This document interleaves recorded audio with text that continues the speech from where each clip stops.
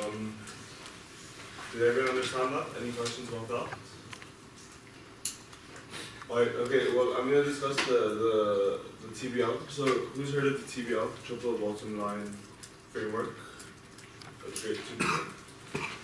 Alright, well, basically, I just want to say before I start that the TBL is it's a sort of accounting framework.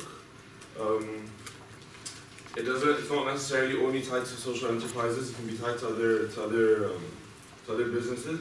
But we like to think that companies that adopt TBL framework have social concerns or environmental concerns, but at the same time they're concerned about profit. So try not to look at it as only from social enterprises. Try to look at it from a business point of view as well. Alright, so these are the key learnings. I'm going to go through what is TBL, try to explain it to you. And then I'm going to go through this 3P concept, which basically mirrors the TBL framework. I'm going to talk about the benefits, and I'm going to talk about the dark side. And lastly, I'm going to talk about another concept called QBL, which is closely related. There's only one difference.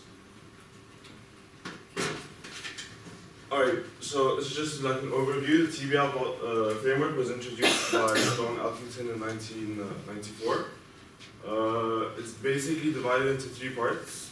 If you can imagine like a sort of Venn diagram sort of thing with people, environment, and profit. People, environment, and financial. All three aspects sort of revolve around a company's goals and mission and so on. So all of them are interdependent with each other, and they're not unique, and they sort of have to work together if the TBL framework is going to work. Okay.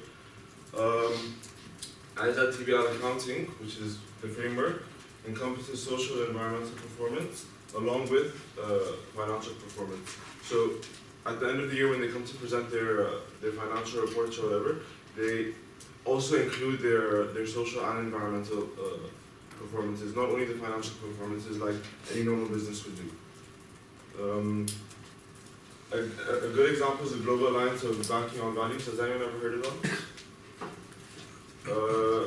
Basically, the GABV is a group of ethical banks that promote ethical banking, and they promote these sort of values within their group, and they hope to expand.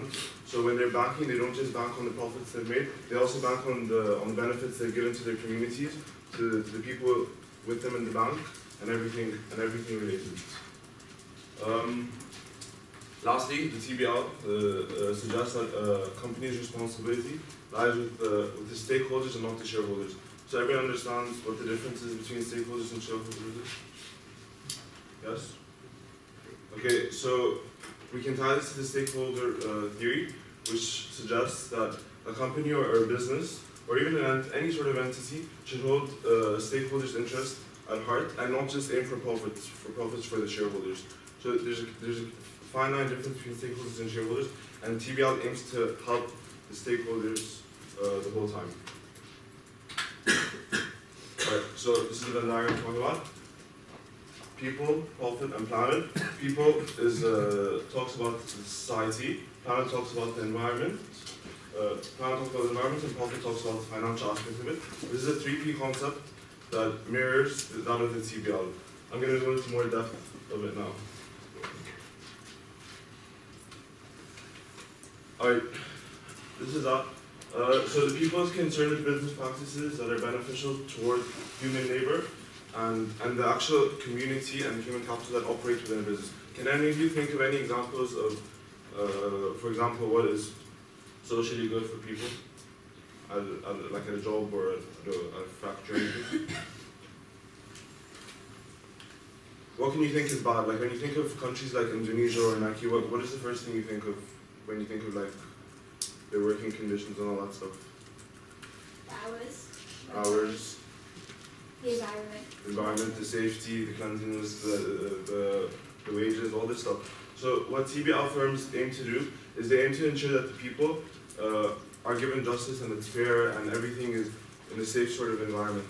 So that's what they're concerned about for people. Planet, which is related to the environmental section of the framework, talks about business practices that are environmentally sustainable by ensuring the least harm towards nature and the environment. Could you think of any examples that do the opposite? They don't have to be social enterprises, they can be normal enterprises. We're going to talk about social enterprises next. Okay, basically these are sort of businesses that aim to reduce their carbon footprint, aim to reduce their toxic waste, and they're even enterprises that completely refuse to produce anything that may destroy the planet, like producing arms or overfishing even, all these sort of things. Related to that is the cradle to grave concept. I don't know if any of you have heard of it, but it's basically a concept that most TBL firms adopt, and it suggests that the companies assess a cost to benefit ratio before they do anything. For example, if I'm getting a natural resource, I'm gonna make a ratio where I'm gonna consider the cost of me actually extracting the natural resource, of me producing it, and on top of that, the waste that is gonna result from a consumer or anyone else using it. So most TBL firms are going to do that. And lastly is profit, which we all know. It's concerned with economical value, but you have to understand it's not only concerned with economical value to the shareholders, it's also concerned to the stakeholders. So whether that be the neighbors, the community, the city, or even the animals and the trees around, it involves everything that might be affected by the business practices every day. Alright, these are the benefits, they're quite obvious, so I'm just going to go through them quite quickly. TBL businesses detail how their commercial objectives fit client needs and environmental safety, along with motives. So it's a mix. I want you to notice that it's not necessarily social enterprises, but it's businesses that are concerned about important things like the society and the environment.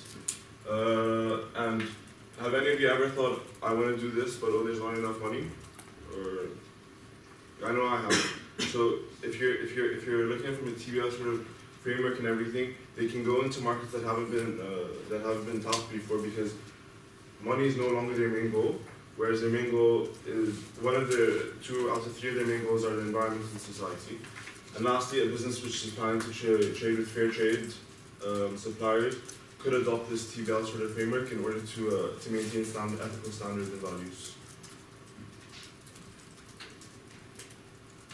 Alright, so I'm going to talk about the dark side now. Like everything looks nice so far, and everyone might think that the companies that have the TBL framework are good moral agents and that's their best interest. But in reality, this is not the case at all. We have quite a bit of reasons why. So first of all, many have argued that there are quite a bit of loopholes and drawbacks within the framework itself. Okay, and because of that, it allows businesses to manipulate the situation, whatever the situation might be, in order to favor themselves. Okay, so I'm going to go through four different things that businesses use and end up becoming dark social enterprises. Firstly is the reductive method. The reductive method suggests that companies that have the TBL approach and adopt a method where the company is solely responsible for helping and saving society. Might anyone think why this might be a problem and how companies can use this in a dark sort of way? It's quite tricky, but. Alright, so basically, imagine I'm a company right now and I'm the one that's completely responsible for changing the environment or for changing society. Ultimately and inevitably, I'm putting society and the environment secondary. I'm putting myself at in a higher position than they are, right? So, in my eyes, society and environment is no longer in control of the ship. They're just passengers, and I'm controlling it, and therefore they no longer have the right to achieve and to pursue their benefits, whatever it might be, whether it be happiness, whether it be wages, whether it be a clean environment, right? So the company is put on a pedestal where everyone looks up to it, basically, right? So one has to question, if I'm a company, is my motive actually concerned about helping the people and the environment, or is my motive to ensure that I have like complete control over the society? So we have to question the ulterior motives, and we have to question as to why they're actually doing it, and whether their intentions make it what they're doing actually justified, or whether it's just a dark sort of endeavor. Lastly is secondly is the application method. Lacking of ability to be applied in a monetary-based economic system. Could anyone think why? Could anyone think why it's hard for a company or any stakeholder to monetarily value the benefits that come out of a company when it comes to society or the environment?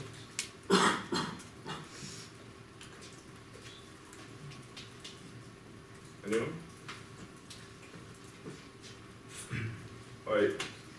Fred Robbins, in his book, which is on our website by the way, suggests that one of the main problems with the TBL framework is that the lack of ability to be applied in a monetary-based economic system. So it basically says that there's no single way at all for a business or a stakeholder to quantify the benefits that a company gives for an environment or for society. And because of that, there's no single sum that can be produced for the three lines, which are profit, people, and planet. Therefore, why is that bad? There's no way to measure it. There's no way to measure the benefits that a company is claiming to give. How can that be dark? You can easily over-exaggerate the actual benefits. Perfect. That's the main reason. If I'm a company and I know that no one can actually judge me properly, there's no measuring tool, there's no way to quantify all three lines together, no single way to quantify all three lines together, I can easily exaggerate or overinflate my benefits and therefore come off as a firm that's 100% concerned, but in reality I'm only actually 10% concerned. And that proves as a big problem, because the public and the society, a lot of the time are blind to that those dark intentions. Alright, another thing that I want to talk about is the lack of time dimensions. Can anyone think why this might be odd? Alright, so first of all I just want to tell you what a time dimension is. It's basically preserving current value in three other dimensions for later, which is the short term, the longer term, and the long term. Okay, so this dimension has divided time into three different categories.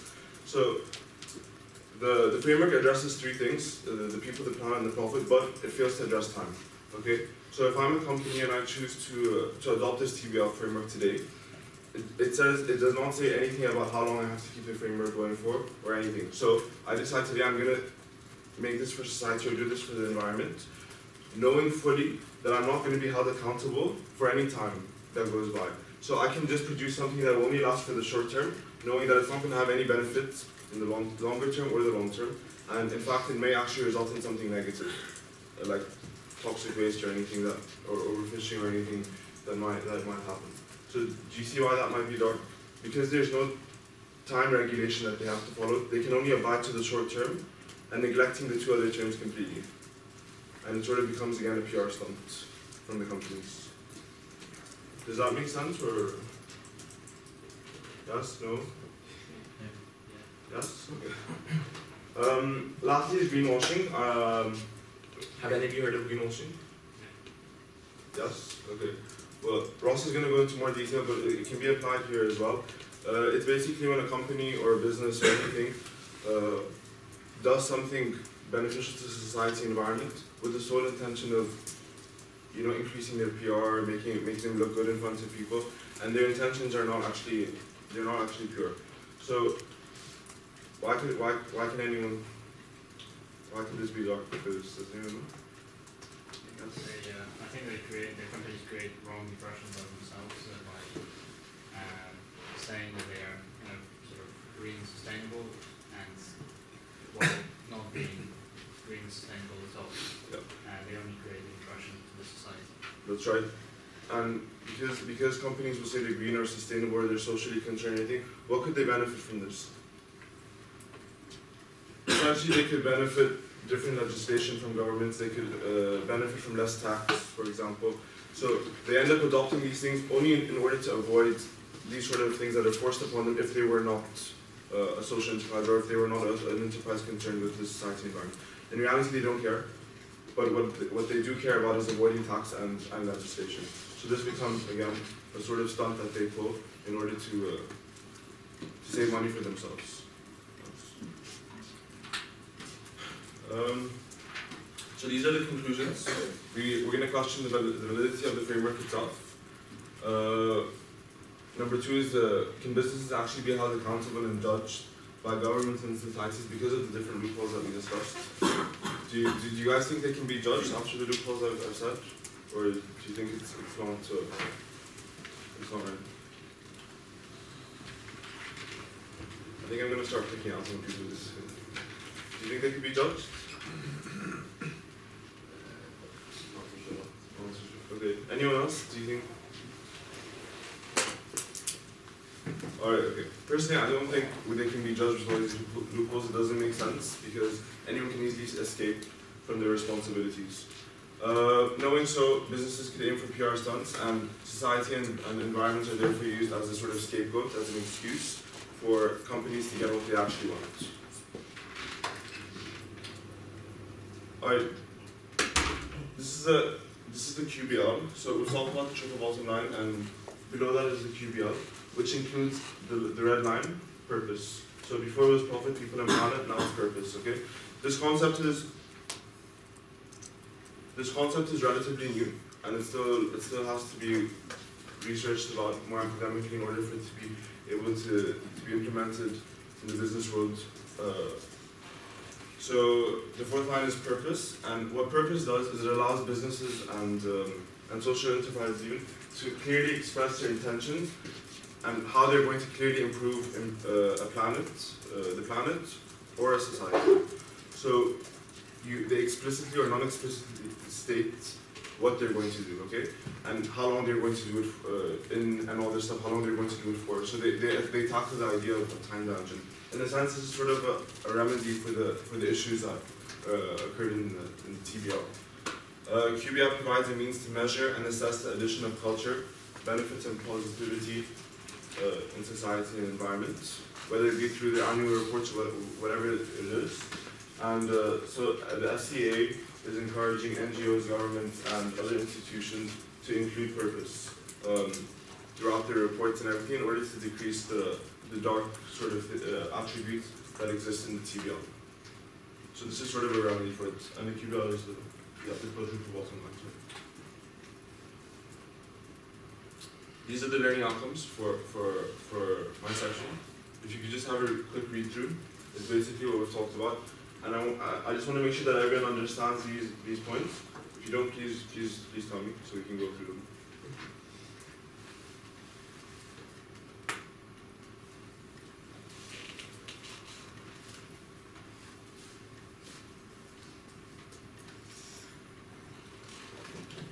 Is everyone good with them, or are you taking it?